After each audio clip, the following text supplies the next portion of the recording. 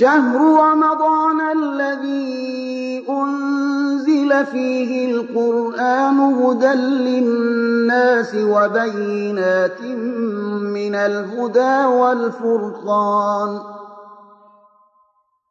فمن شهد منكم الشهر فليصمه ومن كان مريضا أو على سفر فعدة من أيام أخر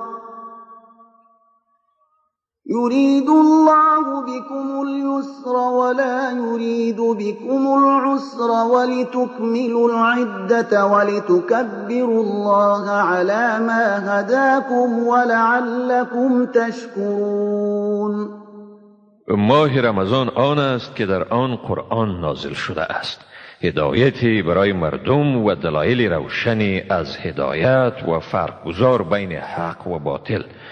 چون کسی از شما در این ماه مقیم باشد آن را روزه بگیرد و اگر کسی مریض یا به سفر باشد و روزه را خورده باشد پس تعداد از روزهای دیگر را روزه بگیرد. خداوند برای شما اراده آسانی را دارد و اراده دشواری را ندارد و تا تعداد روزهای روزه را تکمیل کنید و به خاطر که خداوند شما را هدایت کرده است او را به بزرگی یاد کنید تا باشد که شما سپاسگزار شوید.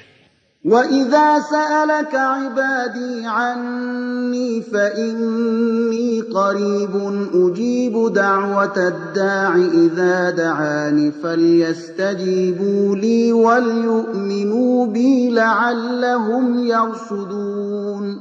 و چون بندگان من از تو درباره من بپرسند من یقینا به ایشان نزدیکم. چون دعا کننده مرا بخواند دعایش را اجابت می کنم. پس باید دعوت مرا بپذیرند و باید به من ایمان آورند تا باشد که به راه راست راهنمون شوند. أحل لكم ليلة الصيام الرفث إلى نسائكم هن لباس لكم وأنتم لباس لهن علم الله أنكم كنتم تختانون أنفسكم فتاب عليكم وعفى عنكم فالآن باشروهن وابتغوا ما كتب الله لكم وكلوا واشربوا حتى يتبين لكم الخيط الأبيض من الخيط الأسود من الفجر ثم أتموا الصيام إلى الليل ولا تباشروهن وأنتم عاكفون في المساجد تلك حدود الله فلا تقربوها كذلك يبين الله آياته للناس لعلهم يتقون. در شبهای روزه برای شما آمیزش جنسی با زنان شما حلال است. ایشان لباس شمایند و شما لباس ایشانید. خداوند میدانست که شما با خود خیانت می کردید. پس توبه شما را پذیرفت و از شما درگذشت. پس اکنون می توانید با ایشان آمیزش کنید و آنچه را که خداوند نصیب شما گردانیده طلب نمایید و بخورید و بیاشامید تا هنگامی که رشته سفید صبح از رشته سیاه شب جدا شود. پس روزه خود را تا به شب تمام کنید، یعنی دوام دهید. در حالی که شما در مساجد معتکف هستید با زنان خویش آمیزش جنسی ننمایید. این حدود است که خداوند آن را وضع کرده است. پس به آن نزدیک مشوید. خداوند این چنین آیه های خود را به مردم بیان می کند تا باشد که پرهیزگار شوند. ولا تأكلوا أموالكم بينكم بالباطل وتدلوا بها إلى الحكام لتأكلوا فريقا من أموال الناس بالإثم وأنتم تعلمون. مالهای خود را در بین خیش به ناحق مخورید، به طوری که آن را به حاکمان رشوت بدهید و بدین وسیله قسمتی از مال مردم را به ناحق بخورید، در حالی که شما می‌دانید. يسألونك عن الأهلة قل هي مواقيت للناس والحج وليس البر بأن تأتوا البيوت من ظهورها ولكن البر من اتقى وأتوا البيوت من أبوابها واتقوا الله لعلكم تفلحون. از تو در مورد ماه‌های نو می‌پرسند. بگو اینها برای وقت شناسی مردم و تشخیص وقت حج است. نیکویی این نیست که با خانه‌ها از عقب آن درآیید، ولی نیکویی از آن کسی است که پرهیزگاری پیشه کند و با خانه‌ها از دروازه‌های آن درآیید و از خدا بترسید تا باشد که رستگار شوید. وقاتلوا في سبيل الله الذين يقاتلونكم ولا تعتدوا إن الله لا يحب المعتدين. و در راه خدا با آنهایی بجنگید که با شما مقاتله می کنند، ولی از حد مگذرید و حقا که خداوند از حد گذرندگان را دوست ندارد. وَاقْتُلُوهُمْ حَيْثُ ثَقِفْتُمُوهُمْ وَأَخْرِجُوهُمْ مِنْ حَيْثُ أَخْرَجُوكُمْ وَالْفِتْنَةُ أَشَدُّ مِنَ الْقَتْلِ وَلَا تُقَاتِلُوهُمْ عِندَ الْمَسْجِدِ الْحَرَامِ حَتَّى يُقَاتِلُوكُمْ فِيهِ فَإِنْ قَاتَلُوكُمْ فَاقْتُلُوهُمْ كذلك جزاء الكافرین. مشرکان را در هر جایی که یافتید بکشید و از جایی که شما را بیرون کردند آنها را بیرون کنید و فتنه انگیزی یعنی شرک از قتل هم گناه بزرگتر است. و ایشان در نزد مسجد الحرام قتال مکنید مگر در حالی که با شما در آنجا مقاتله کنند. پس اگر ایشان در مسجد الحرام با شما مقاتله کردند شما هم ایشان را در آنجا بکشید. این چنین است پاداش کافران. فَإِنِ انتهوا فَإِنَّ اللَّهَ غَفُورٌ رَحِيمٌ. اما اگر ایشان از تجاوز دست بکشند پس حقا که خداوند آمرزگار و مهربان است. وقاتلوهم حتى لا تكون فتنة ويكون الدين لله فإن انتهوا فلا عدوان إلا على الظالمين. و با ایشان تا وقت جنگ کنید که فتنه باقی نماند و دین خاص از آن خدا گردد. اما اگر آنها از تجاوز دست بکشند پس مخاصمتی نیست مگر در برابر ستمگاران.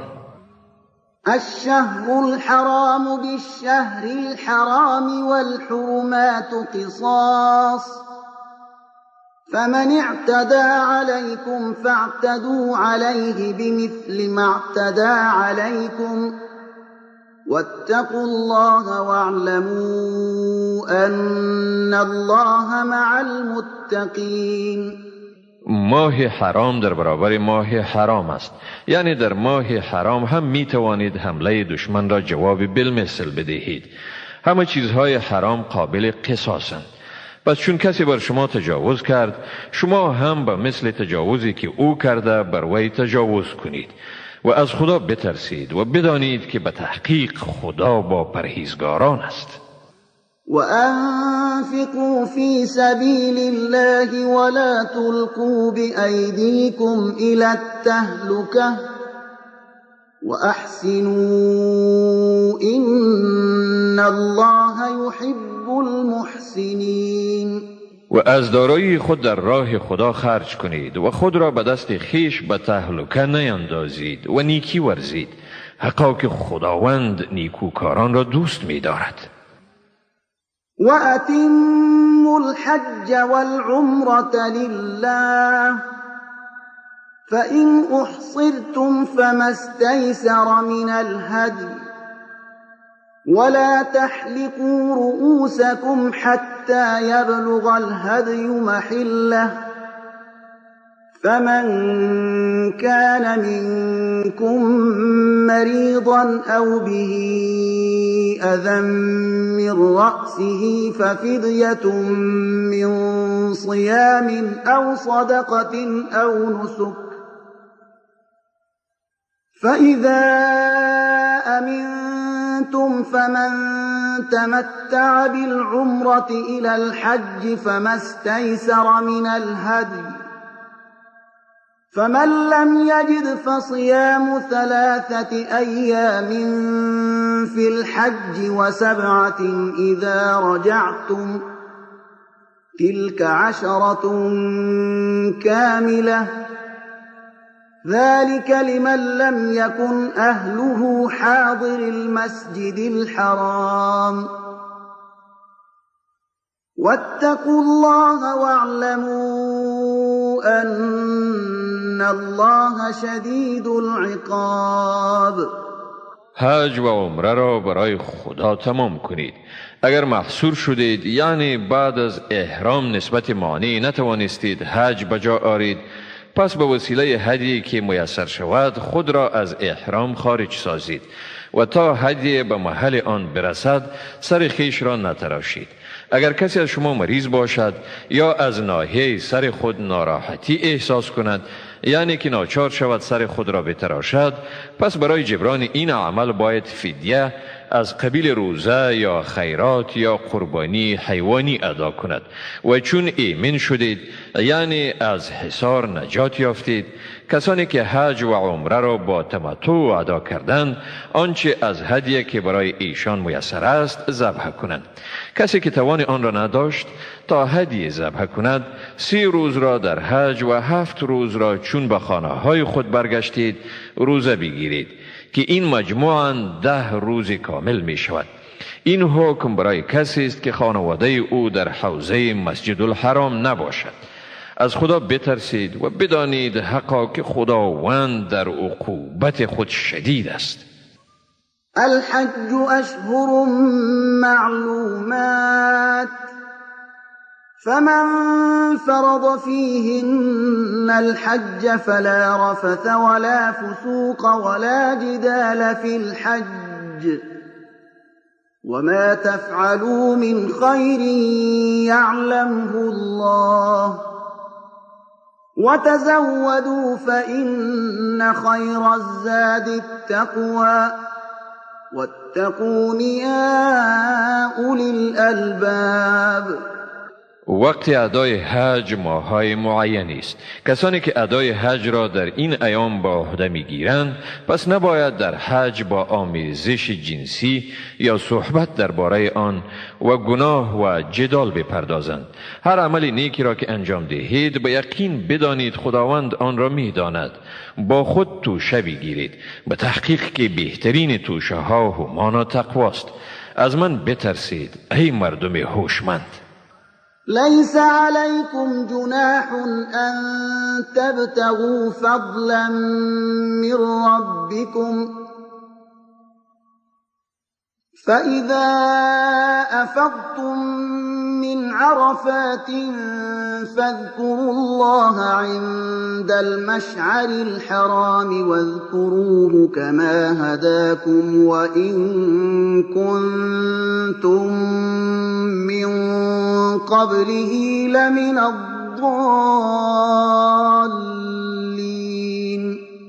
بر شما گناهی نیست که فضل پروردگار خیش را بجویید. چون از عرفات فرود آمدید در برابر مشعر الحرام خدا را بر زبان آرید و با همان گونه‌ای که به شما هدایت داده او را یاد کنید، هرچند پیش از این از جمله گمراهان بودید. ثم أفيضوا من حيث أفاض الناس واستغفروا الله إن الله غفور رحیم. بعد از آن از همان راهی یعنی از عرفات به سوی منا فرود آیید که سایر مردم فرود می آیند و از خدا آمرزش بخواهید. به تحقیق که خدا آمرزنده مهربان است.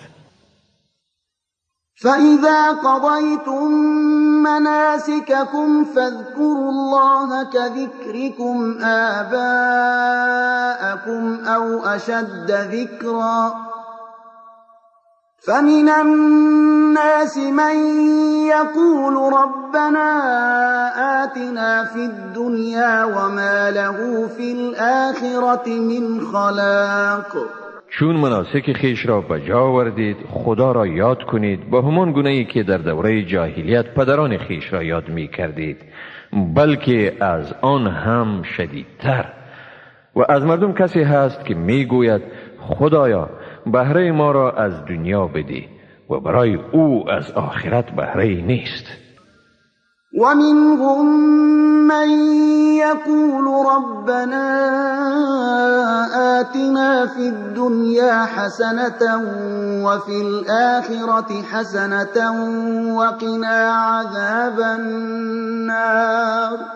از مردم کسی هست که میگوید ای پروردگار ما برای ما در دنیا خوبی بده و در آخرت خوبی بده و ما را از عذاب دوزخ وارهان.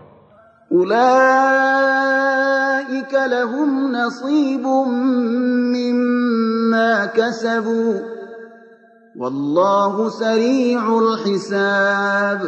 همین هایند که از کسب خیش بهره اندوز می شوند و خداوند دارای حساب سریع است. واذكروا الله في أيام معدودات فمن تعجل في يومين فلا إثم عليه ومن تأخر فلا إثم عليه لمن اتقى واتقوا الله واعلموا أنكم إليه تحشرون. خداوند را در روزهای معین یاد کنید. کسی که شتاب کند تا در 2 روز رهسپار شود هم بر وی گناهی نیست و کسی که رفتن خیش را تأخیر کند نیز بر وی گناهی نیست برای کسانی که پرهیزگار باشند. از خدا بترسید و بدانید که شما حتما به سوی او حشر می شوید. ومن الناس من يعجبك قوله في الحياة الدنيا ويشهد الله على ما في قلبه وهو ألد الخصام. از مردم کسی هست که گفته اش در مورد زندگی دنیا مایه اعجاب تو می گردد و بر آنچه در دل اوست خدا را گواه می گیرد در حالی که او سرسخت‌ترین دشمنان است. وَإِذَا تَوَلَّى سَعَى فِي الْأَرْضِ لِيُفْسِدَ فِيهَا وَيُهْلِكَ الْحَرْثَ وَالنَّسْلَ وَاللَّهُ لَا يُحِبُّ الْفَسَادَ.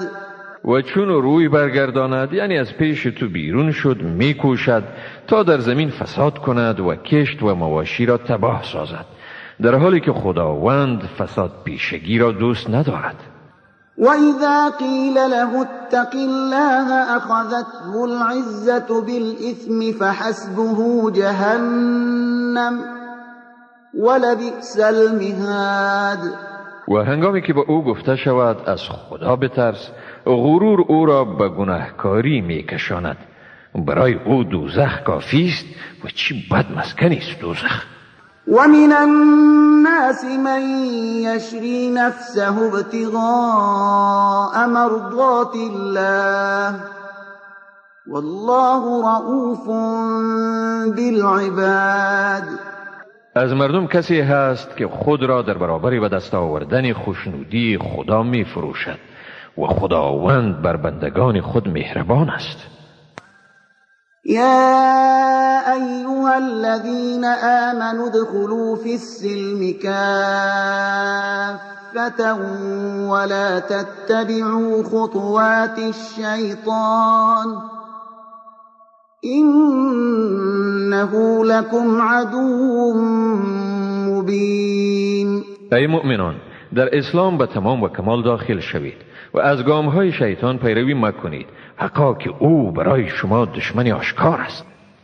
فإن زللتم من بعد ما جاءتكم البينات فاعلموا أن الله عزیز حکیم. اگر بعد از آن همه نشانه های روشنی که به شما آمده است باز هم بلغزید، پس بدانید که خداوند صاحب قدرت منی و با حکمت است. هل ينظرون إلا أن يأتيهم الله في ظلل من الغمام والملائكة وقضي الأمر وإلى الله ترجع الأمور. آیا ایشان چشم براه آنند که خداوند و فرشتگان در سایه‌های از ابر پیششان بیایند؟ کار تمام شده است و همه امور به سوی خدا بازگردانیده می شود. سل بنی اسرائیل کم آتیناهم من آیت بینه ومن یبدل نعمت الله من بعد ما جاءته فإن الله شدید العقاب. از بنی اسرائیل بپرس چی نشانه های روشنی به ایشان دادیم و کسی که نعمت خدا را بعد از آن که به او رسیده تبدیل کند، یعنی از آن برای نادرستی کار گیرد، حقا که خداوند در عقوبت خود شدید است. زين للذين كفروا الحياة الدنيا ويسخرون من الذين آمنوا والذين اتقوا فوقهم يوم القيامة والله يرزق من يشاء بغير حساب. زندگانی دنیا برای کافران زیبا جلوه داده شده است و ایشان به مسلمانان تمسخر می کنند، ولی پرهیزگاران در روز قیامت در مقامی بالاتر از ایشان قرار دارند و خداوند هر کی را بخواهد روزی بیشمار می دهد. كان الناس أمة واحدة فبعث الله النبيين مبشرين ومنذرين وأنزل معهم الكتاب بالحق ليحكم بين الناس فيما اختلفوا فيه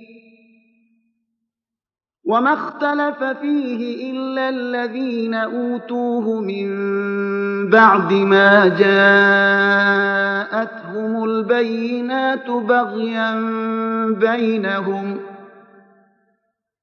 فهدى الله الذين آمنوا لما اختلفوا فيه من الحق بإذنه والله يهدي من يشاء إلى صراط مستقيم. مردم در آغاز امت واحد بودند، سپس خداوند پیامبران را به حیث مژده دهنده و بیم دهنده فرستاد و با ایشان کتاب را به حق نازل گردانید تا در مسائلی که مردم در آن اختلاف ورزیدند پیامبران در بین ایشان حکم کنند و تنها همان کسانی به اختلاف پرداختند که با ایشان کتاب داده شده بود. بعد از آن که به آنها نشانه های روشنی آمد، این کار از روی سرکشی که در میانشان پدیدار گردید واقع شد. پس خداوند به اراده خود مؤمنان را در موارد اختلافشان به سوی حق هدایت نمود و خداوند کسی را که بخواهد به راه راست هدایت می کند. ام حسبتم ان تدخلوا الجنة ولما يأتكم مثل الذين خلوا من قبلكم مستهم البأساء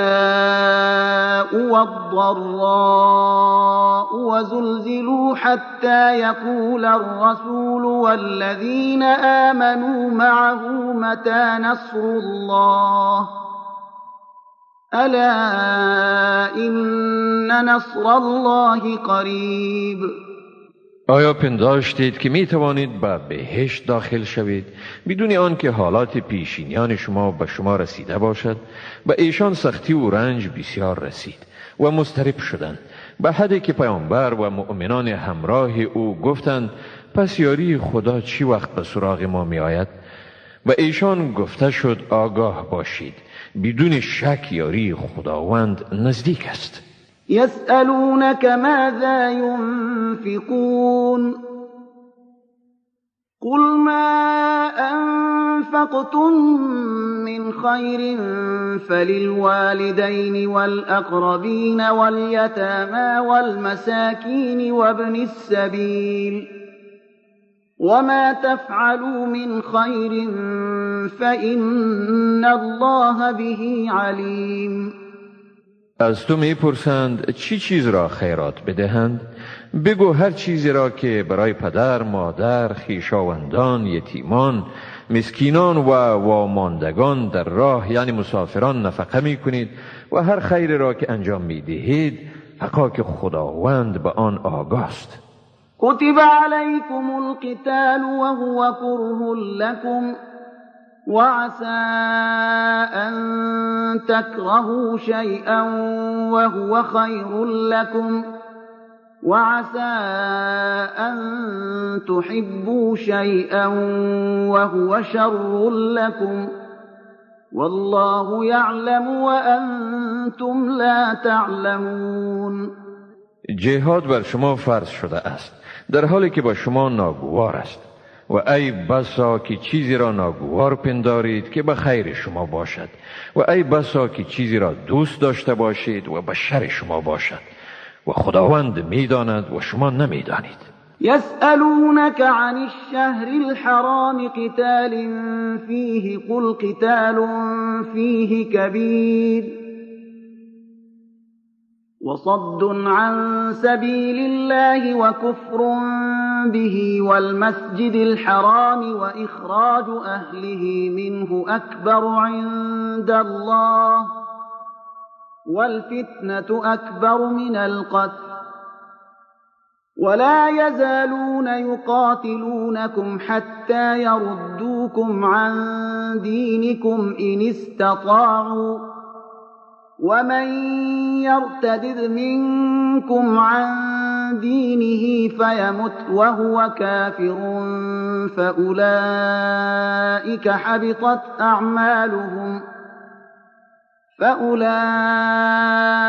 حبطت أعمالهم في الدنيا والآخرة وأولئك أصحاب النار هم فيها خالدون.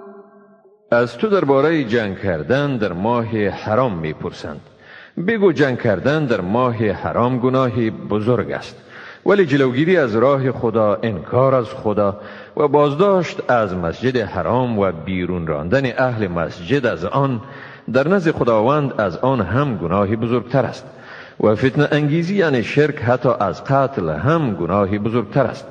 ایشان با شما می جنگند تا اگر بتوانند شما را از دین شما برگردانند و کسی از شما که از دین خود برگردد و در حال کفر بمیرد پس اعمال چنین مردم در دنیا و آخرت ضایع است.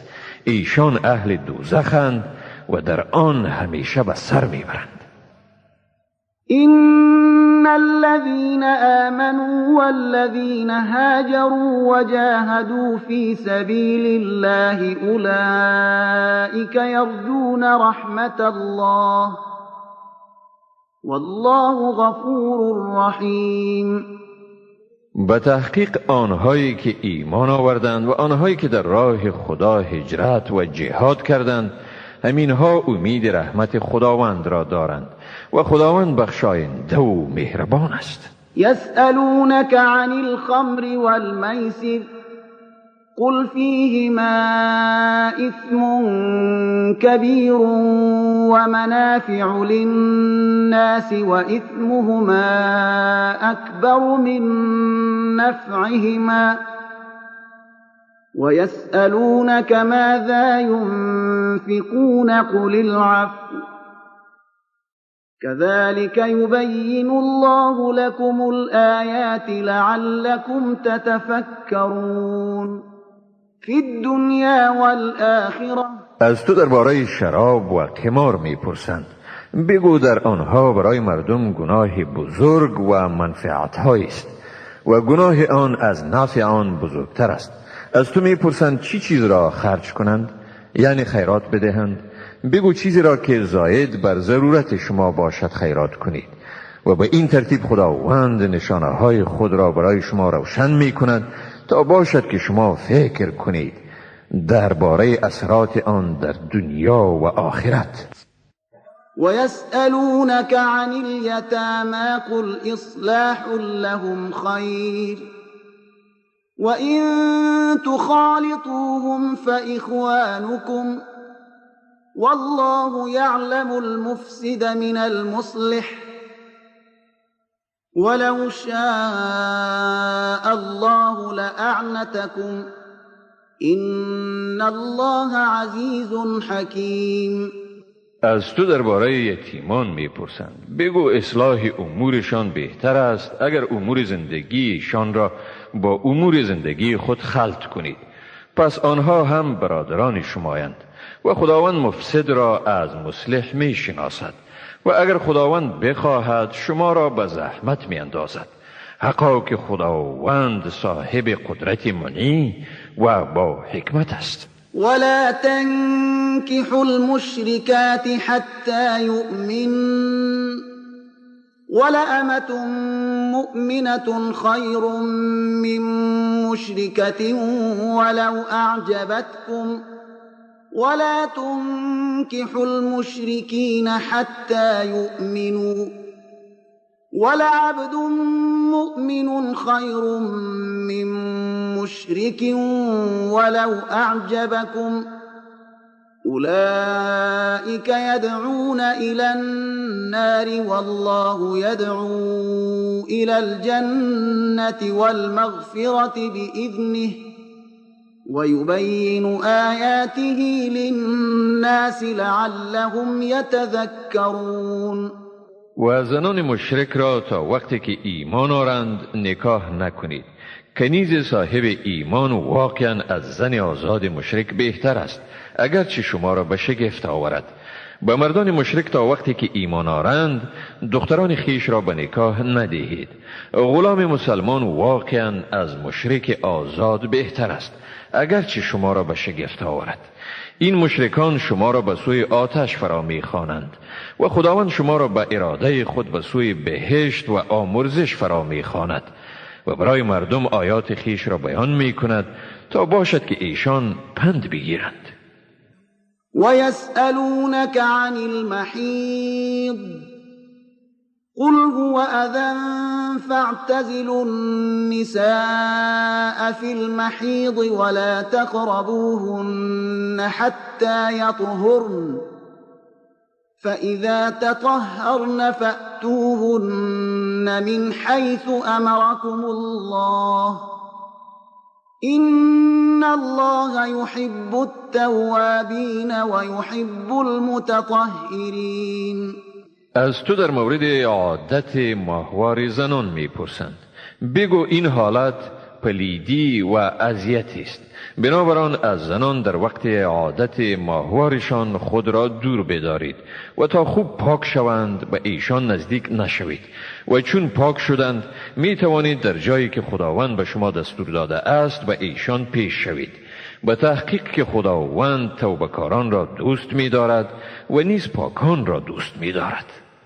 نساؤكم حرث لكم فأتوا حرثكم أنا شئتم وقدموا لأنفسكم واتقوا الله واعلموا أنكم ملاقوه وبشر المؤمنين.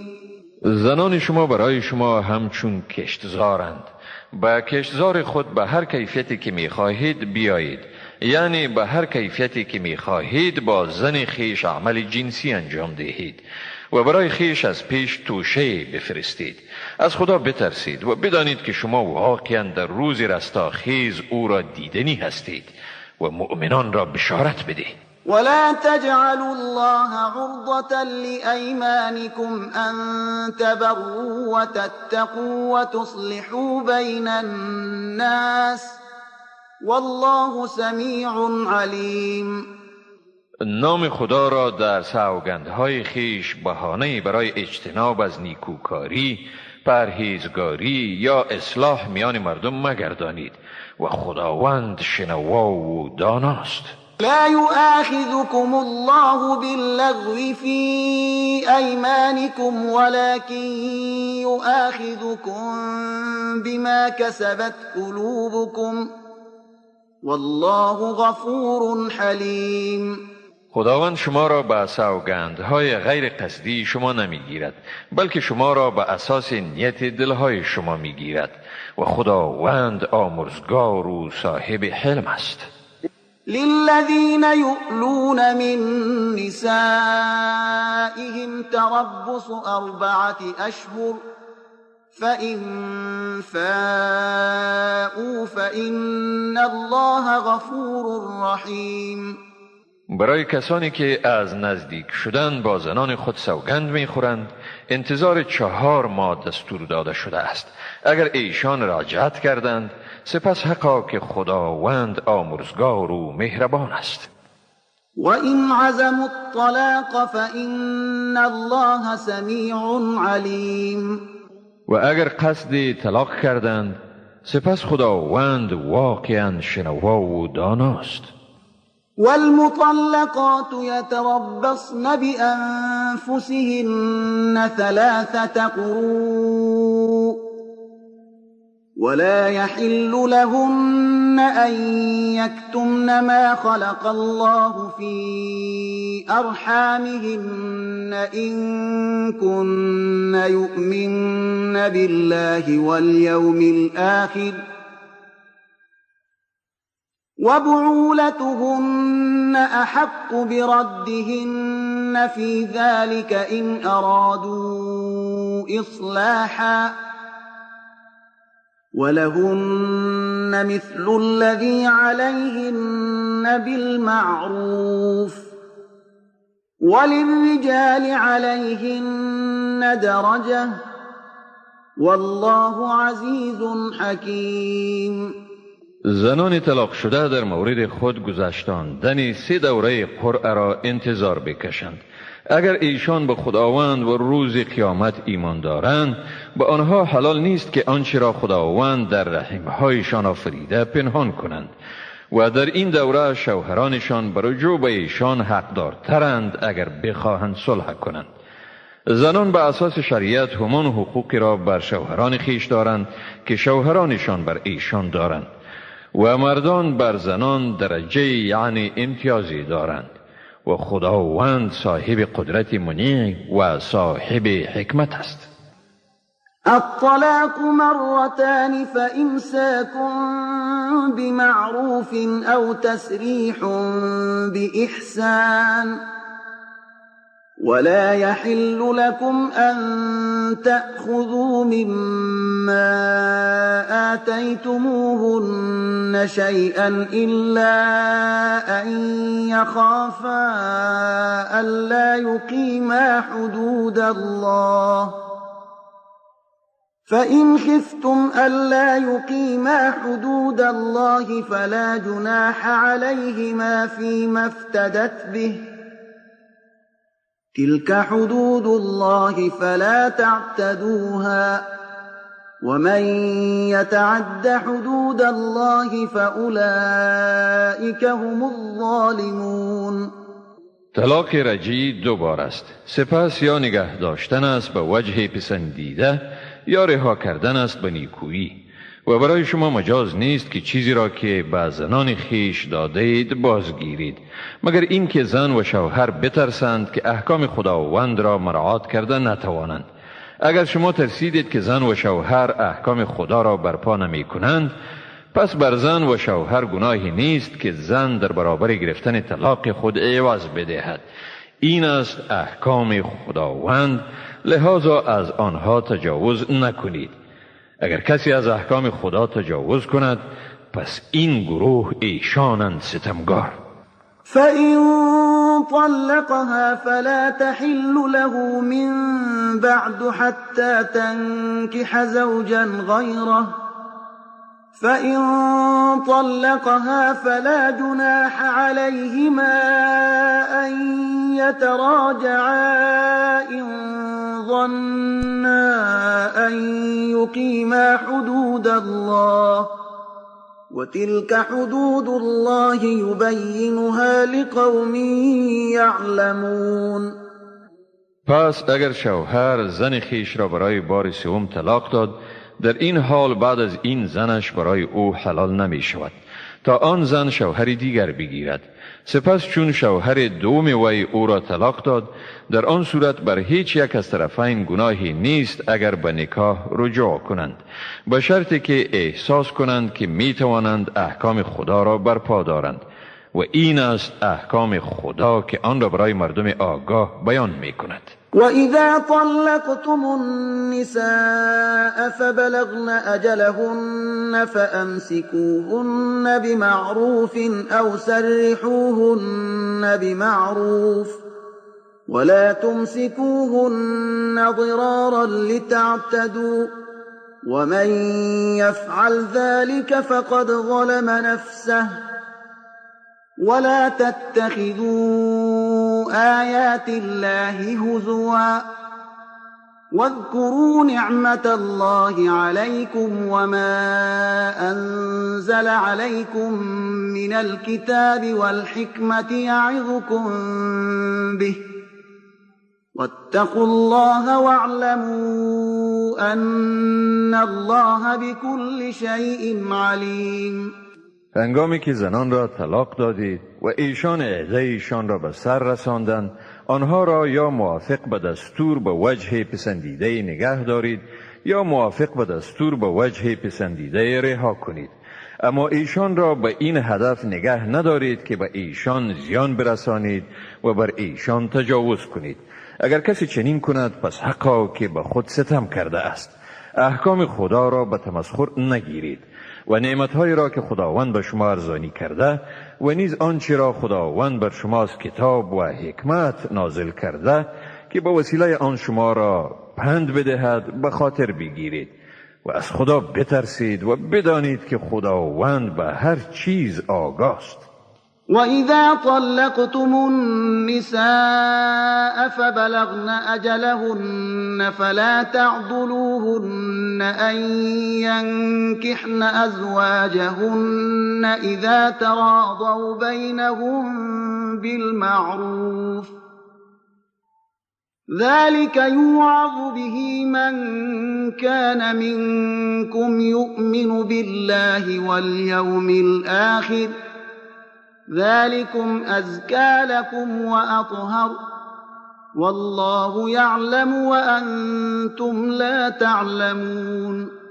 هنگامی که زنان را طلاق دادید و ایشان عدت خیش را گذشتاندند، در صورتی که میان خود بر اساس شرایط منصفانه راضی باشند، مانع ازدواجشان با شوهران سابقه ایشان نشوید.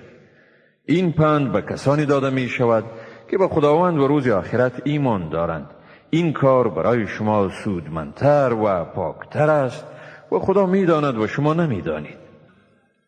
والوالدات يرضعن أولادهن حولين كاملين لمن أراد أن يتم الرضاعة وعلى المولود له رزقهن وكسوتهن بالمعروف لا تكلف نفس إلا وسعها لا تضار والدة بولدها ولا مولود له بولده وعلى الوارث مثل ذلك فإن أرادا فصالا عن تراض منهما وتشاور فلا جناح عليهما وإن أردتم أن تسترضعوا أولادكم فلا جناح عليكم إذا سلمتم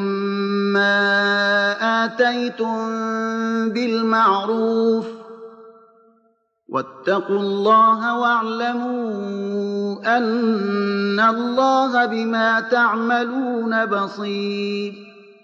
مادران فرزندان خود را 2 سال کامل شیر دهند. این مدت برای کسی است که بخواهد دوران شیر دادن را تکمیل کنند. بر کسی که فرزند برای او زاده شده یعنی پدر لازم است مصرف طعام و لباس زنان شیر دهنده را بر اساس شرایط منصفانه بپردازد. بر هیچ کس باری بالاتر از توان او گذاشته نمی شود، نی بر مادر به سبب فرزندش و نی هم به پدر به سبب فرزندش ضرر رسانیده شود. و بر وارث نیز مانند این است، یعنی رعایت این مراتب لازم است. پس اگر زن و شوهر به اساس رضامندی و مشوره جانبین بخواهند که طفل را از شیر جدا کنند، پس گناهی بر ایشان نیست. اگر خواستید که برای شیر دادن به فرزند خود دایه بگیرید، بر شما گناهی نیست، به شرطی که چیزی را که به مادر می دادید بر اساس شرایط منصفانه بپردازید. از خدا بترسید و بدانید که خداوند به آنچه می کنید بیناست. والذين يتوفون منكم ويذرون أزواجا يتربصن بأنفسهن 4 أشهر وعشرا فإذا بلغن أجلهن فلا جناح عليكم فيما فعلن في أنفسهن بالمعروف والله بما تعملون خبیر. کسانی که از شما میمیرند و از خود همسرانی را میگذارند، باید این همسران 4 ماه و 10 روز انتظار بکشند. پس چون عده خود را تکمیل کردند، اگر ایشان درباره خیش به طریق عادلانه و معقول تصمیمی بگیرند، بر شما گناهی نیست و خداوند به آنچه میکنید آگاه است.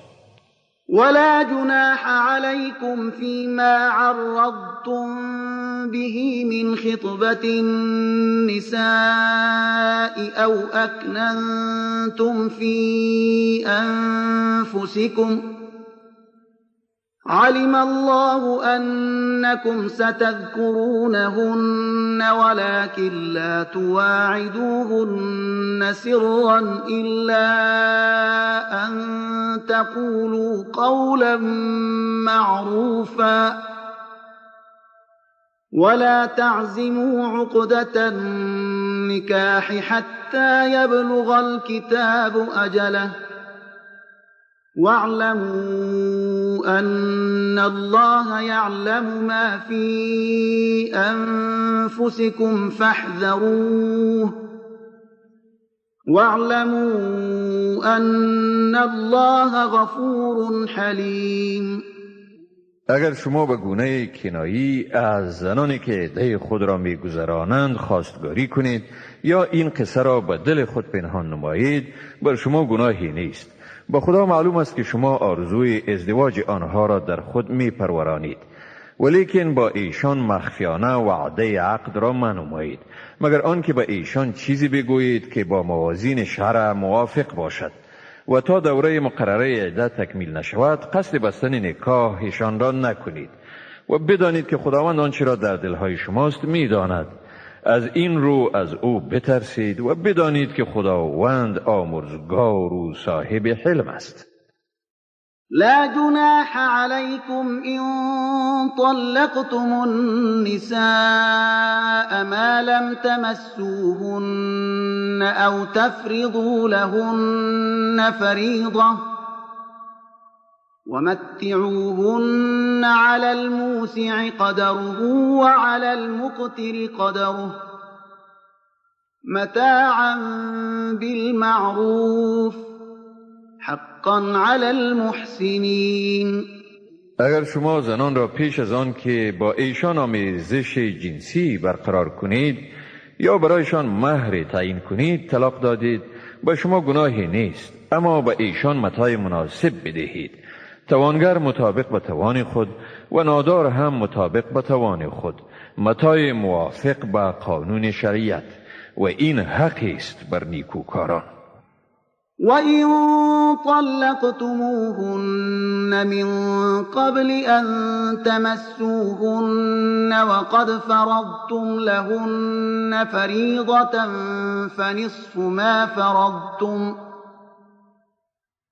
فنصف ما فرضتم إلا أن يعفون أو يعفو الذي بيده عقدة النكاح وأن تعفوا أقرب للتقوى ولا تنسوا الفضل بينكم إن الله بما تعملون بصير.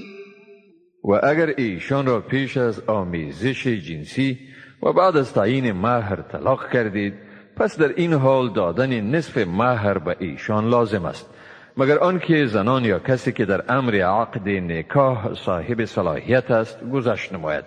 و اگر گذشت کنید یعنی مهر را کامل بدهید، به پرهیزگاری نزدیکتر است و سخاوت و نیکویی را در میان خیش فراموش ننمایید، حقا که خداوند به آنچه میکنید بیناست. حافظوا على الصلوات والصلاة الوسطى وقوموا لله قانتين. برای ادای نمازها مخصوصا نماز میانه شدیداً مراقبت ورزید و با خضوع و خشوع به حضور پروردگار خیش بپا خیزید. فإن خفتم فرجالا أو ركبانا فإذا أمنتم فاذكروا الله كما علمكم ما لم تكونوا تعلمون. اگر از دشمنی ترسیدید پیاده یا سواره طوری که مساعد باشد نماز بخوانید، اما وقتی که ایمن شدید پس خداوند را به طریق ذکر کنید، یعنی نماز را به شیوهی بخوانید که به شما آموخته است، شیوهی که آن را پیش از این نمیدانستید. والذين يتوفون منكم ويذرون أزواجا وصية لأزواجهم متاعا إلى الحول غير إخراج فإن خرجن فلا جناح عليكم فيما فعلن في أنفسهن من معروف والله عزیز حکیم. و کسانی از شما که میمیرند و بیوه‌های از خود میگذارند، سفارش است که 1 سال برای این زنها وسایل زندگیشان پرداخته شود و از خانه بیرون نشوند. اما اگر ایشان از منزل خارج شدند، پس آنچه ایشان در حق خیش از کارهای پسندیده انجام میدهند بر شما گناهی نیست و خداوند صاحب قدرت منی و با حکمت است. وللمطلقات متاع بالمعروف حقا على المتقین. برای زنان طلاق شده وسایل زندگی ایشان به سویه معقول و منصفانه داده شود، این مکلفیتی است به پرهیزگاران. كذلك يبين الله لكم آياته لعلكم تعقلون. به این ترتیب خداوند برای شما احکام خود را بیان می کند تا باشد که شما بفهمید. ألم تر إلى الذين خرجوا من ديارهم وهم ألوف حذر الموت فقال لهم الله موتوا ثم أحياهم إن الله لذو فضل على الناس ولكن أكثر الناس لا يشكرون. آیا به سوی کسانی ندیدی که از بیم مرگ از خانه‌های خود بیرون شدند و ایشان هزاران تن بودند؟ پس خداوند به ایشان گفت بمیرید و مردند. سپس خداوند ایشان را دوباره زنده گردانید. حقا که خداوند به مردم صاحب بخشایش است، ولی بیشتر مردم ناسپاسند. وقاتلوا في سبيل الله واعلموا أن الله سميع عليم. و در راه خدا بجنگید و بدانید که خداوند واقعا شنوا و داناست. من ذا الذي يقرض الله قرضا حسنا فيضاعفه له أضعافا كثيرة والله يقبض ويبسط وإليه ترجعون. کیست آن که به خداوند قرض دهد، قرض حسنه، تا خداوند آن را برای او چندین برابر زیاد کند و خداوند روزی بندگان خود را گاه تنگ و زمان فراخ می سازد و به سوی او بازگردانیده می شوید. ألم تر إلى الملأ من بني إسرائيل من بعد موسى إذ قالوا لنبي له مبعث لنا ملكا نقاتل في سبيل الله قال هل عسيتم إن كتب عليكم القتال ألا تقاتلوا قالوا وما لنا ألا نقاتل في سبيل الله وقد أخرجنا من ديارنا وأبنائنا فلما كتب عليهم القتال تولوا إلا قليلا منهم والله علیم بالظالمین. آیا به سوی بزرگان قوم بنی اسرائیل که بعد از موسی زندگی می کردن ندیدی؟ انگامی که به پیامبر خیش گفتند برای ما پادشاه برگزین تا زیر فرمان او در راه خدا بجنگیم. گفت شاید اگر به شما دستور جنگ داده شود از جنگ خودداری کنید. گفتند ما را چی شده است که از جنگ در راه خدا خودداری کنیم در حالی که از دیار خیش و از کنار فرزندان خیش بیرون رانده شدیم. اما هنگامی که بر آنها جهاد فرض گردید جز عده کمی از ایشان دیگران روی گردانیدند و خداوند به حال ستمگاران داناست. وقال لهم نبيهم إن الله قد بعث لكم طالوت ملكا قالوا أنى يكون له الملك علينا ونحن أحق بالملك منه ولم يؤت سعة من المال قال إن الله اصطفاه عليكم وزاده بسطة في العلم والجسم والله يؤتي ملكه من يشاء والله واسع علیم. و پیامبرشان به ایشان گفت حقا که خداوند برای شما طالوت را به حیث پادشاه برگزیده است. گفتند چگونه او پادشاه شده میتواند در حالی که ما از وی به پادشاهی سزاوارتریم و برای او مال فراوانی داده نشده است. پیامبرشان گفت بیگمان خداوند او را بر شما برگزیده است و او را دانش و قدرت جسمانی فراوانی داده است. خداوند پادشاهی خیش را به هر کس بخواهد میدهد و خداوند گشایشگری داناست. وقال لهم نبيهم إن آية ملكه أن يأتيكم التابوت فيه سكينة من ربكم وبقية مما ترك آل موسى وآل هارون تحمله الملائكة إن في ذلك لآية لكم إن كنتم مؤمنین.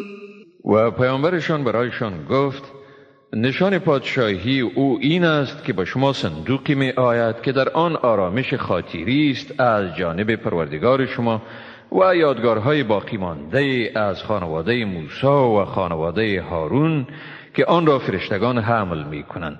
حقا که در این امر برای شما نشانه است اگر مؤمن هستید. فلما فصل طالوت بالجنود قال إن الله مبتليكم بنهر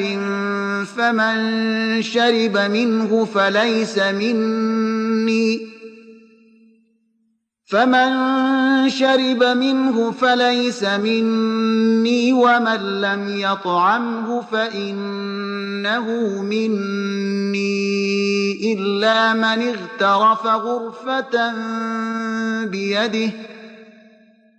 فشربوا منه إلا قليلا منهم فلما جاوزه هو والذين آمنوا معه قالوا لا طاقة لنا اليوم بجالوت وجنوده قال الذين يظنون أنهم ملاقو الله كم من فئة قليلة غلبت فئة كثيرة بإذن الله والله مع الصابرین. سپس چون طالوت با این لشکریان برآمد گفت بیگمان خداوند شما را به نهر آزمایش می کند، پس کسی که از آن بنوشد از من نیست و کسی که از آن نچشد بیگمان از آن من است، مگر اینکه کسی یک کف آب به دست خود از آن برای نوشیدن بگیرد. پس جز عده همه ایشان از آن نوشیدند. چون طالوت و مؤمنان همراه او از نهر گذشتند گفتند امروز ما توان مقابله با جالوت و لشکریان او را نداریم. اما آنانی که عقیده داشتند به خداوند ملاقی می شوند گفتند چی بسا که دسته کوچکی به اراده خداوند بر دسته بزرگ غلبه یافته است و خداوند با صابران است. فهزموهم بإذن الله وقتل داود جالوت وآتاه الله الملك والحكمة وعلمه مما يشاء ولولا دفع الله الناس بعضهم ببعض لفسدت الأرض ولكن الله ذو فضل على العالمين. پس ایشان را به اراده خداوند شکست دادند. داود جالوت را کشت. خداوند به داود پادشاهی و حکمت ارزانی فرمود و به او از هر آنچه می‌خواست آموخت.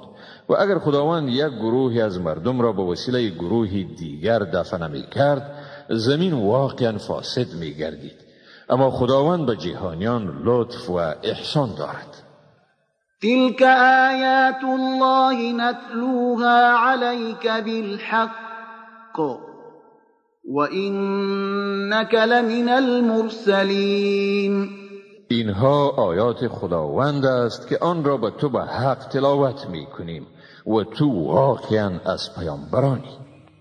تلك الرسل فضلنا بعضهم على بعض منهم من كلم الله ورفع بعضهم درجات وآتينا عيسى ابن مريم البينات وأيدناه بروح القدس ولو شاء الله ما اقتتل الذين من بعدهم من بعد ما جاءتهم البينات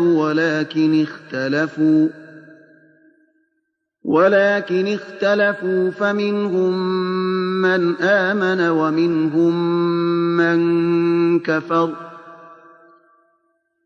ولو شاء الله ما اقتتلوا ولكن الله يفعل ما يريد. از این پیامبران ما بعضشان را بر بعض دیگری برتری دادیم. از ایشان کسی بود که خداوند با او سخن گفت، بعضی دیگر را به درجات ارتقا داد. به عیسی پسر مریم ما نشانه‌های روشنی دادیم و او را به روح القدس تأیید نمودیم. اگر خداوند می‌خواست آنهایی که بعد از این پیامبران بودند پس از آن که نشانه‌های روشنی به ایشان آمد با هم جنگ نمی‌کردند، ولی ایشان اختلاف ورزیدند. پس بعضی از ایشان ایمان آوردند و بعضی از ایشان کافر شدند. اگر خداوند می‌خواست ایشان باید دیگر جنگ نمی‌کردند، اما خداوند آنچه را بخواهد می‌کند. يا أيها الذين آمنوا وأنفقوا مما رزقناكم من قبل أن يأتي يوم لا بيع فيه ولا خلة ولا شفاعة والکافرون هم الظالمون. ای مؤمنان، از رزقی که ما به شما ارزانی کرده ایم خرج کنید پیش از اینکه روزی فرا رسد که در آن نه خرید و فروش میسر باشد و نه دوستی و نه هم شفاعتی را مستحق شوید و کافران هم ایشانند ستمگار. الله لا إله إلا هو الحي القيوم لا تأخذه سنة ولا نوم له ما في السماوات وما في الأرض من ذا الذي يشفع عنده إلا بإذنه يعلم ما بين أيديهم وما خلفهم ولا يحيطون بشيء من علمه إلا بما شاء وسع كرسيه السماوات والأرض ولا يؤوده حفظهما وهو العلي العظيم. خداوند معبودی جز او نیست، زنده و به خود پاینده است، نه او را پینکی میگیرد و نه هم خواب. هر آنچه در آسمان ها و هر آنچه در زمین است از آن اوست. چی کسی است آن که به حضور او شفاعت کند مگر به اجازه او؟ آنچه را که در پیش روی و پشت سر بندگان است میداند و ایشان به چیزی از علم او احاطه کردن نمی توانند مگر به آنچه که او اراده کند. کرسی او آسمانها و زمین را در بر گرفته است و نگهبانی آنها او را خسته نمی سازد و او بسیار بلند مرتبه و بسیار با عظمت است. لا إكراه في الدين قد تبين الرشد من الغي فمن يكفر بالطاغوت ويؤمن بالله فقد استمسك بالعروة الوثقى لا انفصام لها والله سمیع علیم. در دین اکراهی نیست، بیشک رهیابی از گمراهی جدا شده است. پس کسی که از شیطان روی برمیتابد و به خداوند ایمان می آورد به دستگیره مستحکم چنگ زده است که هرگز گسستنی نیست و خداوند شنوا و داناست. الله ولي الذين آمنوا يخرجهم من الظلمات إلى النور والذين كفروا أولياؤهم الطاغوت يخرجونهم من النور إلى الظلمات أولئك أصحاب النار هم فيها خالدون. خداوند یاور مؤمنان است، ایشان را از تاریکی ها به روشنایی بیرون می آورد و کافران یاورانشان شیطان است که ایشان را از روشنایی به تاریکی ها می کشانند. هم ایشانند اهل دوزخ و در آن همیشه به سر می برند. ألم تر إلى الذي حاج إبراهيم في ربه أن آتاه الله الملك إذ قال إبراهيم ربي الذي يحيي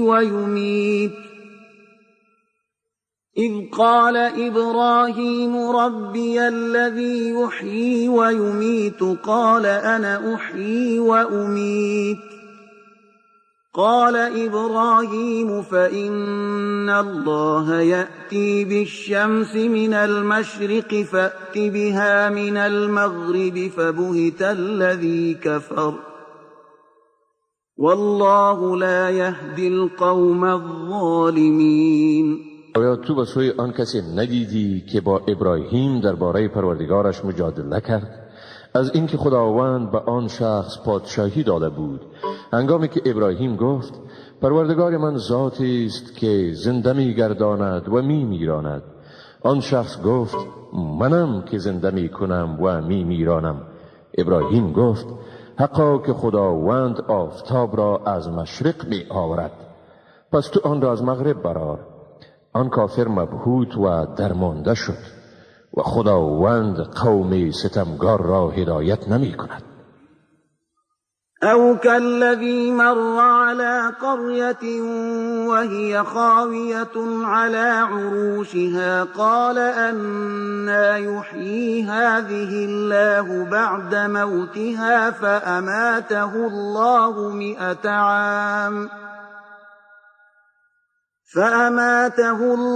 100 عام ثم بعثه قال كم لبثت؟ قال لبثت يوما أو بعض يوم قال بل لبثت 100 عام فانظر إلى طعامك وشرابك لم يتسنه وانظر إلى حمارك ولنجعلك آية للناس وانظر إلى العظام كيف ننشزها ثم نكسوها لحما فلما تبين له قال أعلم أن الله على كل شيء قدير.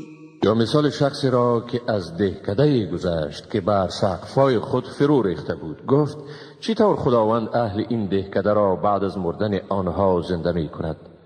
پس خداوند او را 100 سال بمیراند، سپس او را برانگیخت، یعنی دوباره زنده گردانید و به او گفت چقدر در این حال درنگ کردی؟ او گفت شاید 1 روز یا قسمتی از روز درنگ کرده باشم. خداوند گفت نه، بلکه 100 سال درنگ کردی. به غذا و نوشیدنی خود ببین در آن تغییر نیامده است و به سوی خر خود ببین و برای اینکه تو را نشانه به مردم بگردانیم و به سوی این استخوانها یعنی استخوانهای خر بنگر چگونه آنها را از جای آن بالا می کنیم و به هم پیوند می دهیم، باز آنها را با گوشت می پوشانیم. هنگامی که برای او این حقایق آشکار شد گفت میدانم که بیشک خداوند بر هر چیزی تواناست.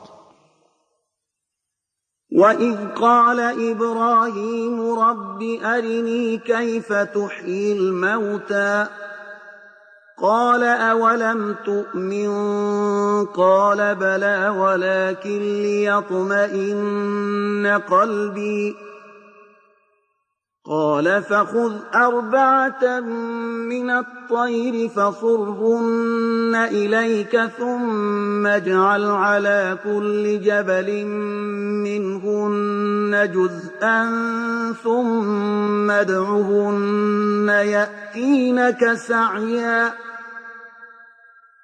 واعلم أن الله عزيز حكيم. و به خاطر آور وقتی را که ابراهیم گفت پروردگارا برایم بنما که چطور مردگان را زنده می گردانی. خداوند گفت آیا باور نداری؟ ابراهیم گفت چرا نه، ولی برای اینکه دل من آرام گیرد چنین تقاضا کردم. خداوند گفت سپس 4 نوع از پرنده بگیر، سپس آنها را به هم آور، یعنی توته کن و به هم آمیز. بعد از آن بر هر یک از این کوهها قسمت از آنها را بگذار، سپس آنها را بخواه. ایشان به سرعت به سوی تو می شتابند و بدان که خداوند صاحب قدرت منعی و با حکمت است. مثل الذين ينفقون أموالهم في سبيل الله كمثل حبة أنبتت 7 سنابل في كل سنبلة 100 حبة والله يضاعف لمن يشاء والله واسع عليم. مثال آنانی که دارایی خود را در راه خدا خرج می کنند مثال دانه تخمی است که 7 خوشه و در هر خوشه 100 دانه می رویاند و خداوند برای هر کسی که بخواهد چندین بار زیاد می کند و خداوند گشایشگر و داناست. الذين ينفقون أموالهم في سبيل الله ثم لا يتبعون ما أنفقوا منا ولا أذى لهم أجرهم عند ربهم ولا خوف عليهم ولا هم يحزنون. آنانی که دارایی خود را در راه خدا خرج می کنند و در نفقه‌ای که کرده اند منتی نمی گذارند و آزاری نمی رسانند، برایشان ثوابشان نزد پروردگارشان است و بر ایشان ترسی نیست و نی هم ایشان اندوهگین می شوند. قول معروف و مغفرة خیر من صدقة يتبعها أذى والله غنی حلیم. سخن پسندیده و گذشت از خیراتی که در پی آن آزاری صورت گیرد بهتر است. خداوند بی نیاز و صاحب حلم است. يا أيها الذين آمنوا لا تبطلوا صدقاتكم بالمن والأذى كالذي ينفق ماله رئاء الناس ولا يؤمن بالله واليوم الآخر فمثله كمثل صفوان عليه تراب فأصابه وابل فتركه صلدا لا يقدرون على شيء مما كسبوا والله لا يهدي القوم الكافرين. ای مؤمنان، خیرات خود را با منت گذاردن و آزار دادن باطل نکنید، مانند کسی که دارایی خود را ریاکارانه برای زدن به چشم مردم خرج می کند و نی به خداوند ایمان دارد و نی هم به روز آخرت. پس مثال وی به سنگ صاف ماند که بر آن خاک باشد، بر آن باران تند ببارد و خاک آن را بشوید.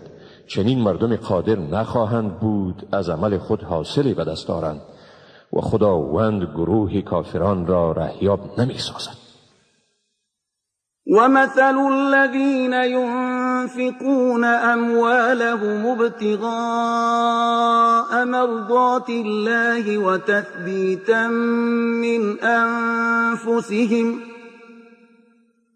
وتثبيتا من أنفسهم كمثل جنة بربوة أصابها وابل فآتت أكلها ضعفين فإن لم يصبها وابل فطل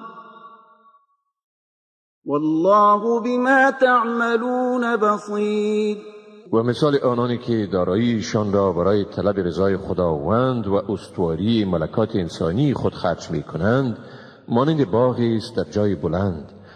باران تند بر آن می بارد و آن را دوچند می سازد و اگر باران تند به آن نرسد شبنمی برای آن کافی است و خداوند به هر چیزی که شما می کنید بیناست. أيود أحدكم أن تكون له جنة من نخيل وأعناب تجري من تحتها الأنهار له فيها من كل الثمرات وأصابه الكبر وله ذرية ضعفاء فأصابها إعصار فيه نار فاحترقت كذلك يبين الله لكم الآيات لعلكم تتفكرون. یا یکی از شما دوست دارد که باغی از درختان خرما و انگور داشته باشد که جویبارهای در زیر آنها جاری باشد در آن باغ همه اقسام میوه ها موجود باشد. صاحب آن باغ و پیری رسد و دارای فرزندان خردسال و ضعیف باشد و این باغ در گردباد آتشین گیر آید و بسوزد. بدین ترتیب خداوند آیات خود را به شما بیان می کند تا باشد که شما فکر کنید. يا أيها الذين آمنوا أنفقوا من طيبات ما كسبتم ومما أخرجنا لكم من الأرض ولا تيمموا الخبيث منه تنفقون ولستم بآخذيه إلا أن تغمضوا فيه واعلموا أن الله غني حمید. ای مؤمنان، از چیزهای پاکیزه‌ای که کمایی کرده اید و از چیزهایی که ما برای شما از زمین برآورده ایم خرج کنید و در صدد چیز ردی یعنی غیر قابل استفاده از مال خود نشوید که آن را می دهید، در حالی که خود شما آن را نمی گیرید مگر آن که از عیبی که در آن است چشم بپوشید و بدانید که خداوند بی‌نیاز و ستوده است. الشیطان یعدکم الفقر و یأمرکم بالفحشاء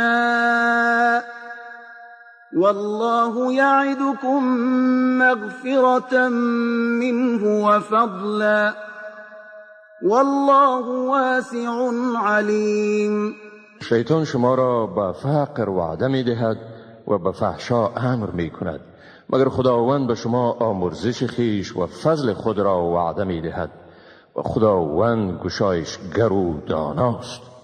یؤتی الحکمة من یشاء و من یؤت الحکمة فقد اوتی خیرا کثیرا وما يذكر إلا أولو الألباب.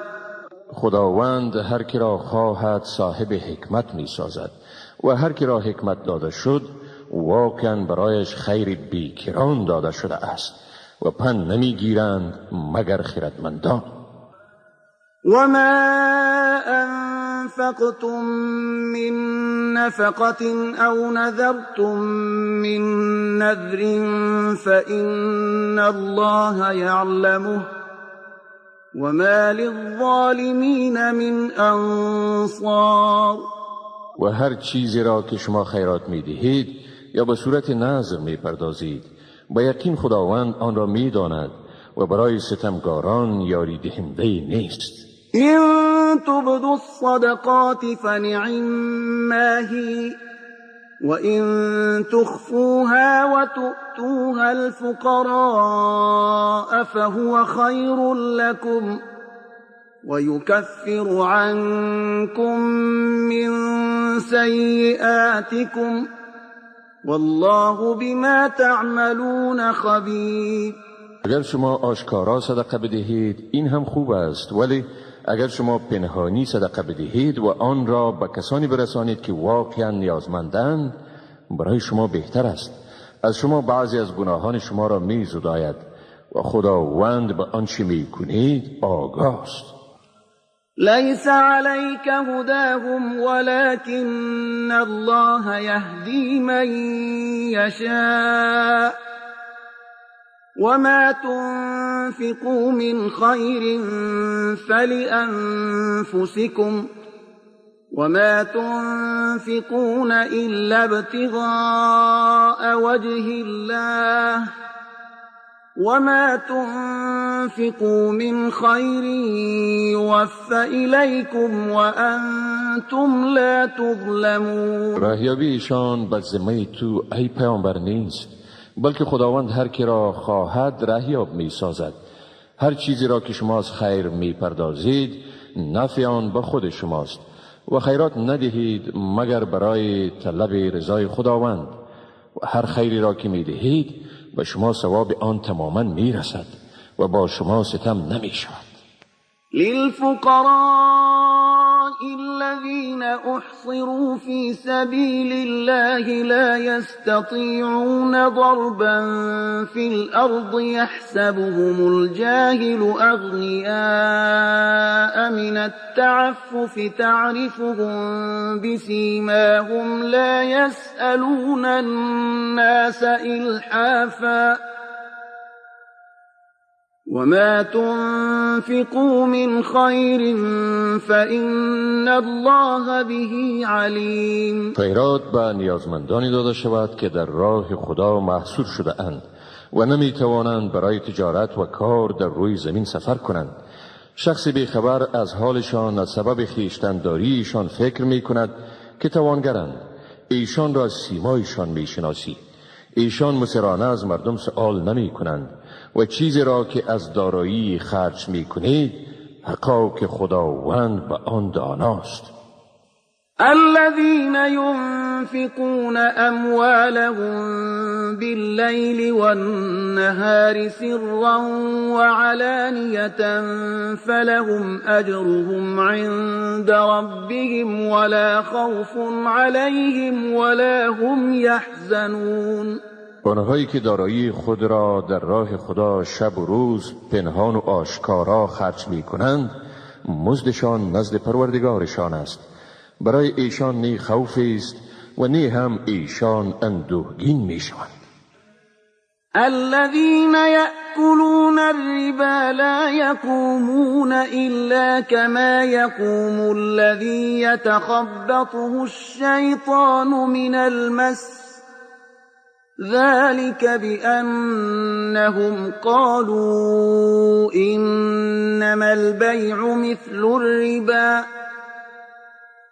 وأحل الله البيع وحرم الربا فمن جاءه موعظة من ربه فانتهى فله ما سلف وأمره إلى الله ومن عاد فأولئك أصحاب النار هم فيها خالدون.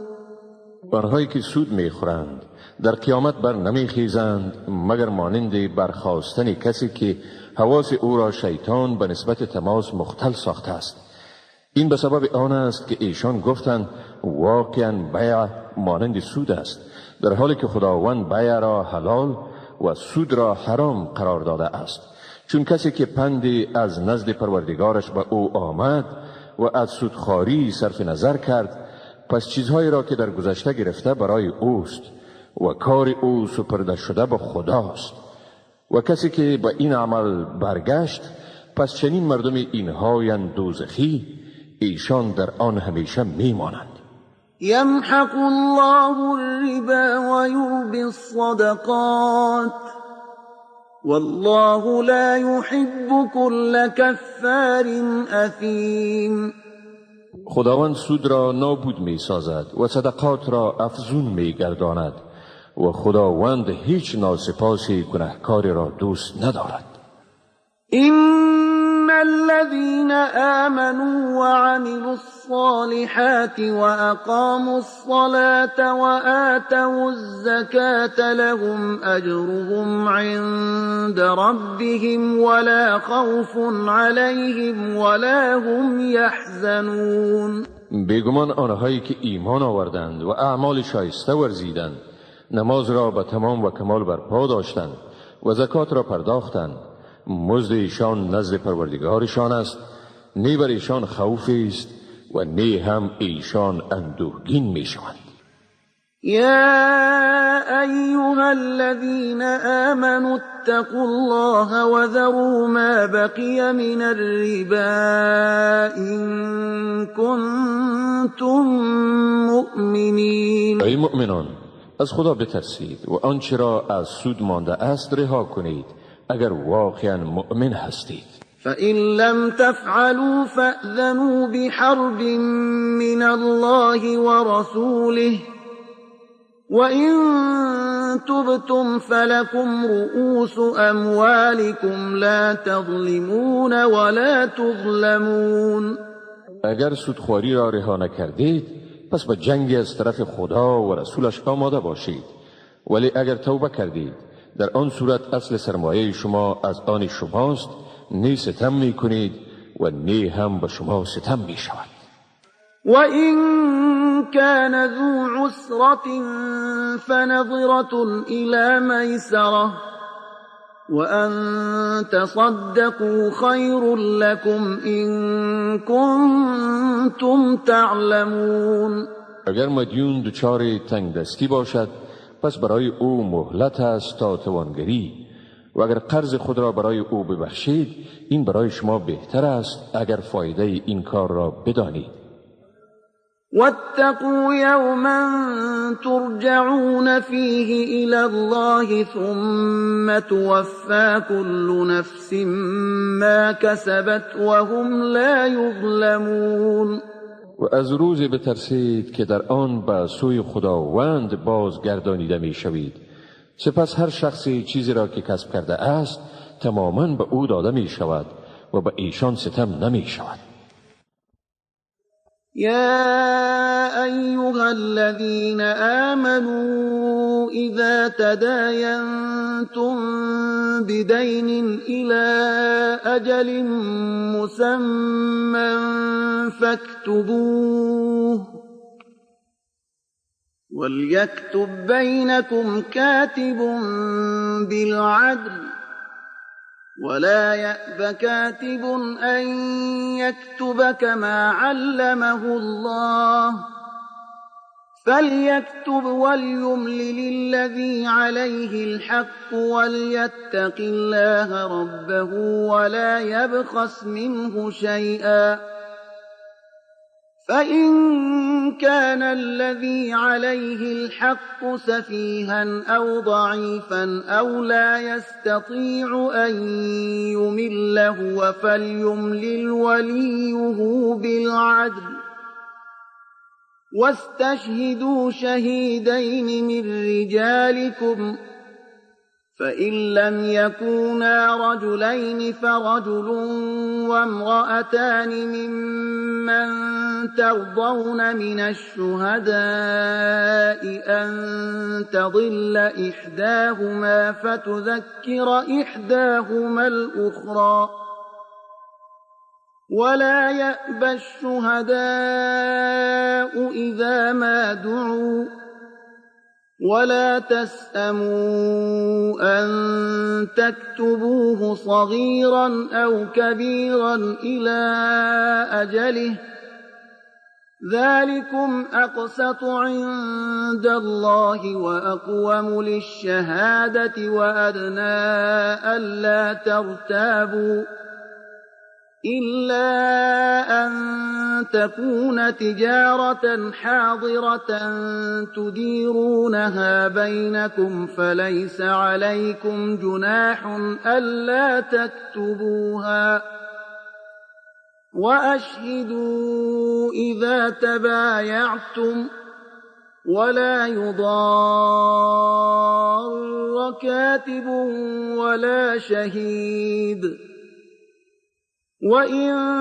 تفعلوا فإنه فسوق بكم واتقوا الله ويعلمكم الله والله بكل شيء عليم. و ای مؤمنان، چون به معیار معین به قرض معامله نمودید پس آن را بنویسید و باید کاتب آن را صادقانه میان شما بنویسد و کاتب همان گونه که خدا به او آموخته است از نوشتن آن ابا نورزد، پس او باید بنویسد و کسی که قرض بر اوست باید املا کند و باید از خدای پروردگار خیش بترسد و نباید از آن چیزی که مدیون است کم کند.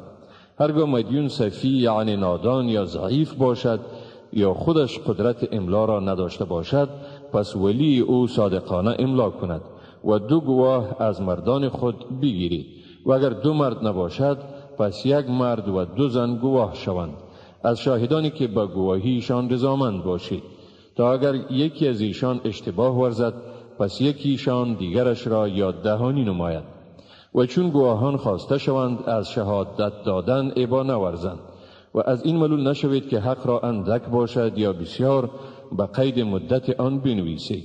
این نوشتن در نزد خدا عادلانه تر و برای گواهی درست تر است و نزدیکتر است به این که به شک نیفتند، مگر آنکه تجارتی باشد که آن را بین خود دست به دست کنید. در این صورت بر شما گناهی نیست اگر آن را ننویسید.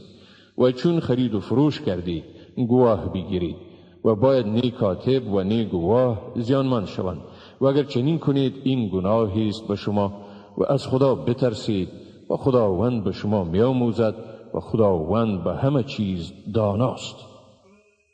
وَإِن كُنتُمْ عَلَى سَفَرٍ وَلَمْ تَجِدُوا كَاتِبًا فَرِهَانٌ مَّقْبُوضَةٌ فَإِنْ أَمِنَ بَعْضُكُم بَعْضًا فَلْيُؤَدِّ الَّذِي اؤْتُمِنَ أَمَانَتَهُ وَلْيَتَّقِ اللَّهَ رَبَّهُ وَلَا تَكْتُمُوا الشَّهَادَةَ وَمَن يَكْتُمْهَا فَإِنَّهُ آثِمٌ قَلْبُهُ وَاللَّهُ بِمَا تَعْمَلُونَ عَلِيمٌ. و اگر در سفر بودید و نویسنده نیافتید پس گروی لازم است قبض شده. و اگر یکی از شما به دیگری اعتماد می کنید پس باید همان کسی که با او اعتماد شده امانت یا ذمه خود را ادا کند و باید از خدای پروردگار خویش بترسد و شهادت را کتمان مکنید و هر کس که آن را کتمان کند بیگمان دل او آغشته به گناه است و خداوند به هر چیزی که می کنید داناست. لله ما فی السماوات و ما فی الارض وَإِن تُبْدُوا مَا فِي أَنفُسِكُمْ أَوْ تُخْفُوهُ يُحَاسِبْكُم بِهِ اللَّهُ فَيَغْفِرُ لِمَن يَشَاءُ وَيُعَذِّبُ مَن يَشَاءُ وَاللَّهُ عَلَى كُلِّ شَيْءٍ قَدِيرٌ.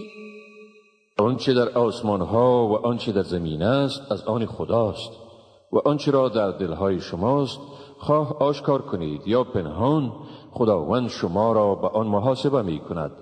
پس هر کسی را بخواهد می آمرزد و هر کسی را بخواهد عذاب می کند و خداوند بر هر چیز تواناست. آمن الرسول بما أنزل إليه من ربه والمؤمنون كل آمن بالله وملائكته وكتبه ورسله لا نفرق بين أحد من رسله وقالوا سمعنا وأطعنا غفرانك ربنا وإليك المصير. پیامبر به چیزی که به او از طرف پروردگارش نازل شده است ایمان دارد و مؤمنان نیز همه به خدا، فرشتگان، کتابهایش و پیامبرانش ایمان آورده اند. آنها میگویند میان هیچ یک از پیامبران او فرق نمیگذاریم و گفتند شنیدیم و فرمان بردیم. خواهان آمرزش تو هستیم ای پروردگار ما و به سوی توست بازگشت. لا يكلف الله نفسا إلا وسعها لها ما كسبت وعليها ما اكتسبت ربنا لا تؤاخذنا إن نسينا أو أخطأنا ربنا ولا تحمل علينا إصرا كما حملته على الذين من قبلنا ربنا ولا تحملنا ما لا طاقة لنا به واعف عنا واغفر لنا وارحمنا أنت مولانا فانصرنا على القوم الكافرين. خداوند هیچ کسی را به کار مکلف نمی سازد مگر به اندازه توان او. برای اوست هرچی کسب کرد و بر زیان اوست هرچی را مرتکب شد. پروردگار ما اگر ما فراموش کردیم یا خطا کردیم ما را مگیر. ای پروردگار ما، همان گونه بار گرانی که بر پیشینیان ما گذاشتی بر ما مگذار. ای پروردگار ما، و بر ما چنان باری را مگذار که توان برداشت آن را نداشته باشیم. از گناهان ما درگذر، ما را ببخشا و بر ما رحم کن. توی کارساز ما، پس ما را